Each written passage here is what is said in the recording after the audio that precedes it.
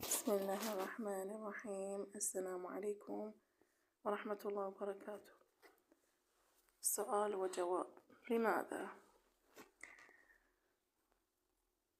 لماذا ذهبت إلى السوق يا حيدر؟ ذهبت إلى السوق لأشتري فاكهة. لماذا ذهبتما إلى السوق يا حسنان؟ ذهبنا إلى السوق لنشتري خضروات.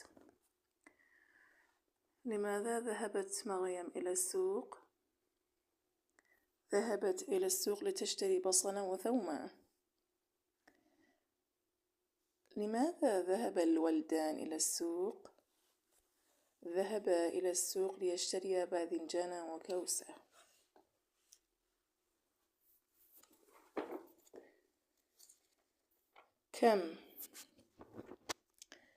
كم كيلو غراما اشتريت فاكهة يا حيدر؟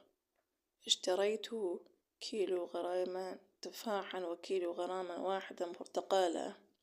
كم كيلو غراما اشترينا خضروات يا أم أحمد؟ اشترينا كيلو غراما ونصفا.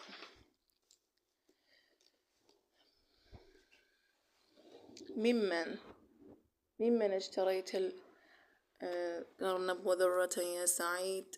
اشتريتهما من البقال أبي علي. ممن اشتريتن الطماطة والبطاطة يا أخواتي؟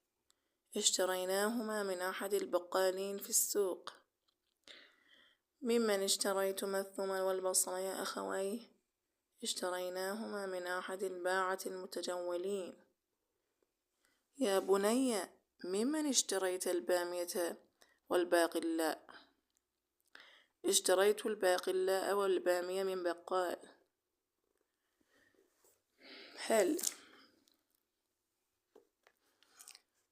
هل كنت سابقا تبيع الخضروات من منطقتكم؟ لا، ما كنت أبيع الخضروات في منطقتنا بل في سوق المدينة. هل كنتم تبيعون الفواكه في سوق الوفاء؟ لا، لم نكن نبيع الفواكه في هذا السوق بل كنا نبيع فيه الخضروات. هل كان سعيد وأخوه يبيعان لحم الغنم سابقا؟ لا، لم يكونا يبيعان لحم الغنم بل كانا يبيعان السمك والدجاج. هل كانت بناتك يا زيد اشتغلن بالخياطة سابقا؟ لا، ما كنا كذلك بل كنا يدرسن في المدرسة. كيف وجدت أسعار الفواكه اليوم يا أخي؟ وجدتها منخفضة عن أسعار أمس. كيف وجدت الباذنجان في السوق يا بني؟ وجدته غير جيد فما اشتريت منه. كيف وضع السوق الأسماك اليوم يا أبا علي؟ مملوء بمختلف الأنواع وأسعارها جيدة. كيف وجدتم سعر لحم الغنم عندما ذهبتم إلى السوق؟ لم يتغير سعره منذ أسبوعين.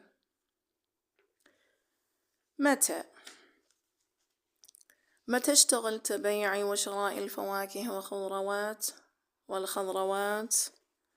قبل 2.5 تقريبا. متى حمل الحمال كيس الرز الذي اشتريته؟ حمله قبل دقائق. اذهب ستجده أمامك. متى تزرع المحاصيل الصيفية كالطماطة والخيار؟ قبل مجيء فصل الصيف. متى تحمل المحاصيل من المزرعة إلى السوق عادة؟ تحمل قبل طلوع الشمس يوميا عادة.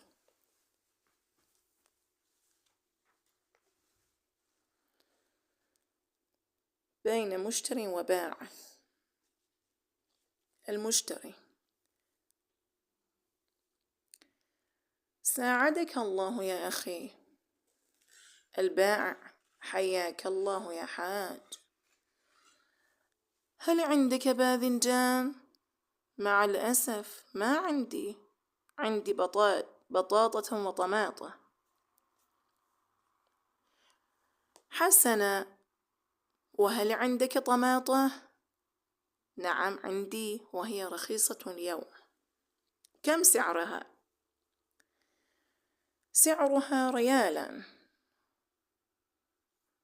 رجاء زن لي كيلو غرامين بالخدمة، وهل تريد شيئا آخر؟ لا يا أخي، أريد باذنجانا.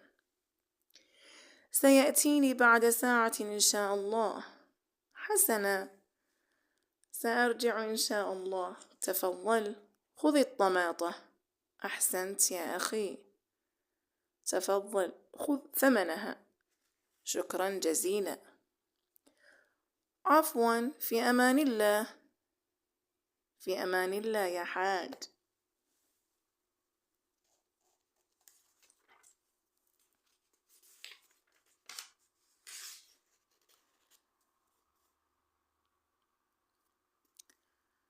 ساعدك الله يا أبا أحمد. شكرا جزيلا، حياك الله. ما هذه الأكياس التي بيديك؟ ما هذه الأكياس التي بيديك؟ هذا جزر، وهذه باقلاء، وهذا كرنب. حسنا، وما في هذين الكيسين؟ وما في هذين الكيسين الآخرين؟ في هذا فاصوليا، وفي الآخر فاكهة. وما هي الفاكهة؟ خوخ وموز. كم كيلو غراما من الخوخ اشتريت؟ كيلو غرامين. ومن الموز كيلو غراما واحدة. شكرا جزيلا. سلمت يداك يا أبا أحمد. عفوا، أنا بخدمتك ما دمت شاكرة لله. الحمد لله والشكر له على جميع نعمه. أحسنت يا أم أحمد، فبالشكر تزيد النعم. أحسن الله إليك ورزقك من حلاله الطيب. آمين يا رب العالمين. هذه مكالمات أيضا بين أم أحمد وزوجها، أم أحمد وأبو أحمد.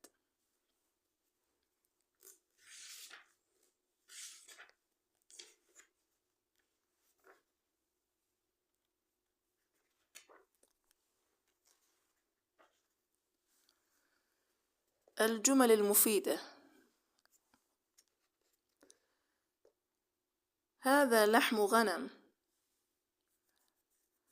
هذا اللحم هو لحم غنم. اشتريت لحم غنم من القصاب. باعيني القصاب كيلو غرامين من لحم الغنم.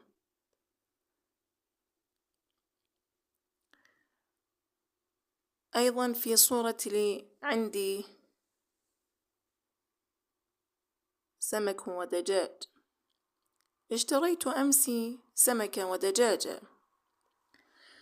ذهب زيد إلى سوق ليشتري دجاجا. دخلت سوق الأسماك فوجدت فيه أنواعا جيدة من الأسماك. يوجد في سوق الألبان اللبن وزبد. قد تجد البيض والدجاج في سوق الألبان. من أراد الجبن وجده في سوق الألبان. قد تجد في سوق الألبان الخضروات. أحسن أنواع الفواكه تجدها في سوق الفواكه. يوجد في سوق الفواكه أنواع جيدة من البرتقال والتفاح والليمون. ما رأيت اليوم موزا في سوق الفواكه. الموز بشكل عام قليل في السوق. البرتقال والليمون الحلو والحامض من فواكه الشتاء. من فواكه الصيف الكمثري والكرز والمشمش والعنب. من المحاصيل الشتائية البطاطة والجزر والكرنب.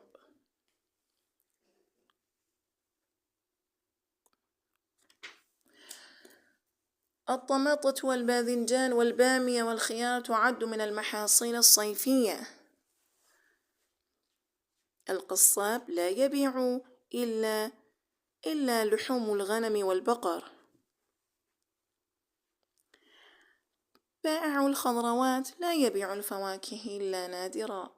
الخباز لا يبيع إلا الخبز. الخبز لا يشتري إلا من الخباز.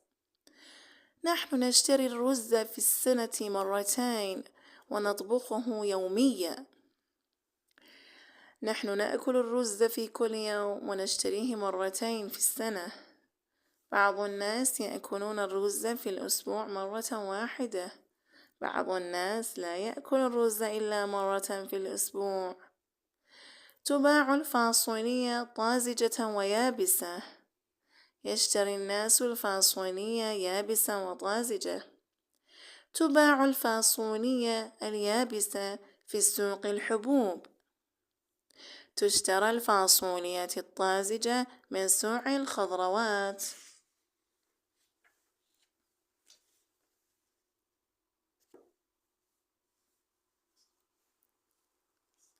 والسلام عليكم ورحمة الله وبركاته.